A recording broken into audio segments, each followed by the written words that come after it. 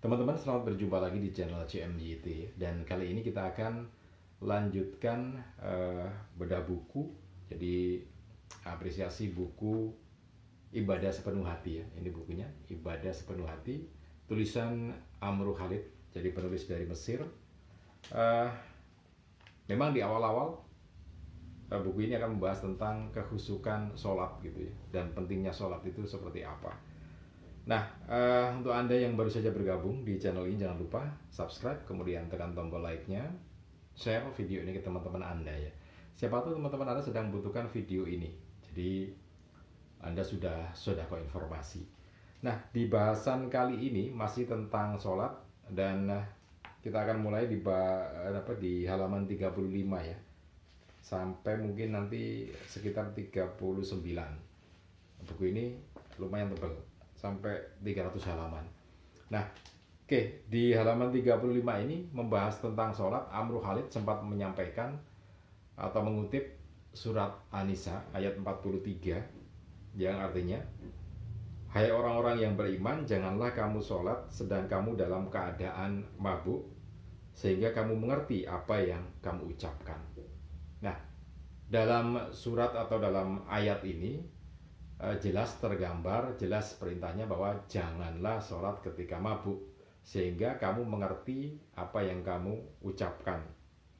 Artinya adalah sangat jelas ketika kita sholat itu, ya diharuskan mengerti apa yang kita ucapkan. Bayangkan ketika kita takbir, memuji Allah, kemudian bacaan-bacaan surat Al-Fatihah dan juga yang lainnya, kita mengerti itu, sehingga dengan mengerti, dengan ucapan kita dengarkan di telinga, kemudian juga kita masukkan dalam hati kita, pikiran kita, semuanya ikut membaca itu, maka itulah kita akan mencapai satu kehusukan sholat itu, dari takbir sampai salam. Dan harus seperti itu, memang seperti itulah sholat kan gitu ya. Nah, cuman masalahnya begini, dalam tulisannya ini Amru Khalid menyampaikan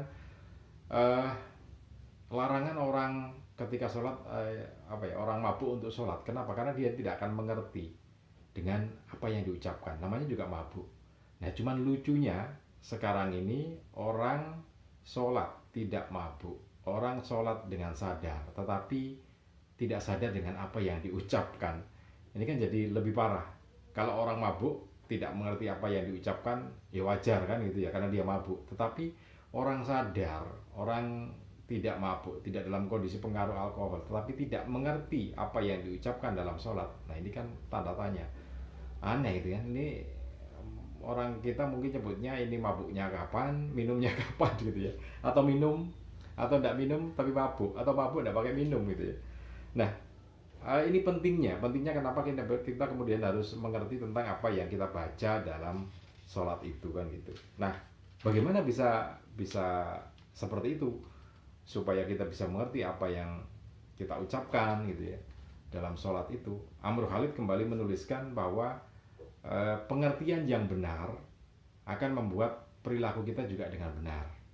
Artinya begini, dalam sholat itu kan perintahnya mendirikan sholat, bukan mengerjakan sholat kan gitu. Nah, apa bedanya gitu ya menurut Amru Khalid ya. Ini tulisannya Amru Khalid, jadi saya mengutip apa yang disampaikan dalam buku ini.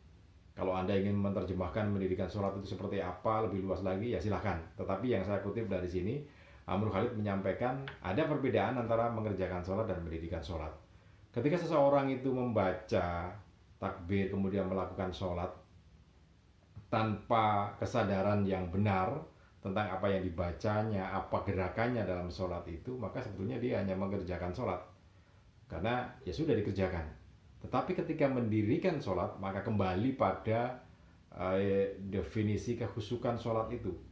Jadi ketika dia mendirikan sholat, maka dia berdiri di hadapan Rohnya, kemudian berdialog gitu ya, seakan-akan kita dipandang oleh Allah Subhanahu wa Ta'ala, bahwasanya pandangan Allah terhadap diri kita ketika kita sholat adalah rahmat gitu ya. Karena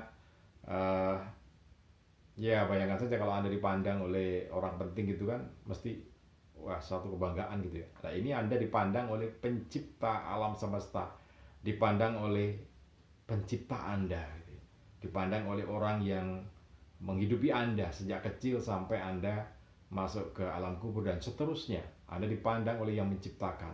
Tentu saja itu rahmat, rahmat yang benar-benar besar gitu ya dalam hidup, sehingga disebutkan bahwa itu adalah kehusukan semacam itu adalah manisnya atau puncak kehidupan itu.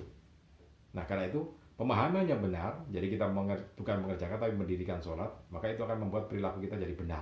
Sholat kita juga akan benar, sholat kita akan menjadi khusyuk gitu ya. Oke, itu pemahamannya yang benar, kemudian akan menjadi perilaku yang benar. Oke, yang selanjutnya adalah contoh-contoh dari Rasulullah tentang sholat gitu ya.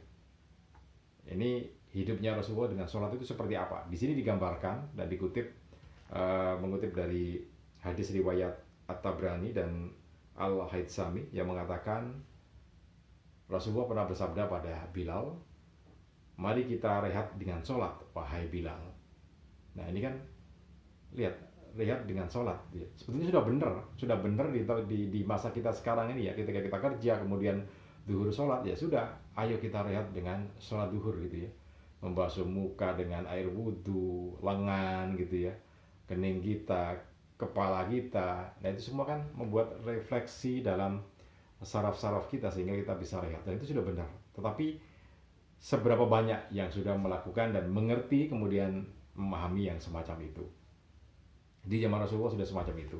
Dan yang berikutnya ini hadis yang diriwayatkan oleh Ahmad yang menyebutkan Rasulullah pernah bersabda, dan puncak kebahagiaanku dijadikan terletak di dalam sholat. Dari beberapa video yang sudah saya sampaikan, Ibnu Taimiyah juga menyampaikan bahwa yang paling manis dalam kehidupan itu adalah kekhusyukan dalam sholat itu gitu ya. Sehingga orang ketika meninggalkan dunia yang fana ini tanpa mengerti dan tanpa merasakan sekalipun tentang kekhusyukan sholat, itu adalah kerugian yang sangat besar. Karena itu adalah manisnya, puncak manis kehidupan adalah ketika kita sholat dan bertemu dengan Allah Subhanahu wa Ta'ala dalam sholat kita. Nah, Rasulullah menyampaikan semacam itu gitu ya. Nah, bagaimana sih Rasulullah itu sholat gitu ya? Beberapa riwayat yang lain menyebutkan, ini yang diriwayatkan hadis riwayat Ahmad, apabila Rasulullah ditimpa suatu persoalan atau mengharapkan sesuatu, maka beliau bergegas melaksanakan sholat. Tapi kan beda dengan kita gitu ya. Kalau kita sedang dalam permasalahan, kita lari ke orang lain untuk minta tolong. Tapi Rasulullah sudah memberikan sunnah bahwa ketika kita dihinggapi permasalahan atau menginginkan sesuatu, lakukanlah sholat. Nah ini beberapa catatan yang lainnya. Nah yang menarik lagi, ini yang diriwayatkan oleh Anas bin Malik. Ini sempat menyampaikan, ini saya baca, tapi menarik ya, agak panjang juga, tapi bagus untuk pengertian kita. Jadi Anas bin Malik mengatakan, suatu malam saya masuk ke masjid dan saya melihat sebuah batang kurma di tengah-tengah masjid. Saya betul-betul kaget karena sebelumnya batang kurma itu tidak ada di tempat tersebut. Kemudian Anas bin Malik terus mendekatinya sampai kemudian dia mengetahui bahwa yang dikira batang kurma itu adalah Rasulullah yang tengah berdiri dalam sholat. Betapa gembiranya Anas bin Malik ini. Kemudian Anas bin Malik mengerjakan sholat bersama Rasulullah, berdiri di samping Rasulullah dan memulai membaca surat Al-Baqarah. Nah, dalam hatinya Anas bin Malik ini mengatakan beliau akan berhenti di ayat ke-100 surat Al-Baqarah kemudian rukuk gitu ya.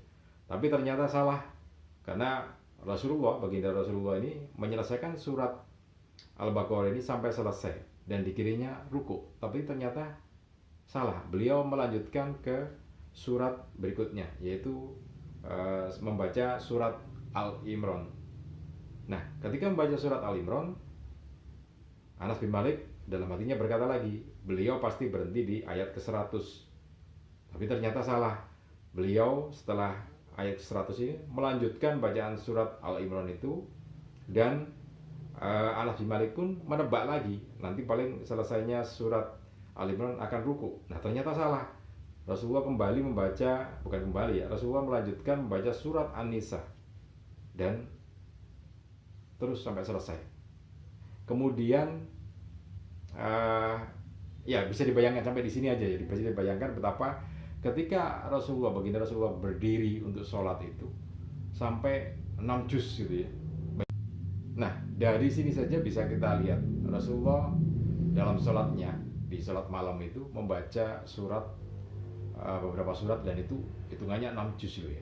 6 juz dibaca terus. Sementara kita berapa kan gitu. Nah, adakah orang yang mampu melakukan itu kecuali dia melakukannya dengan cinta gitu ya.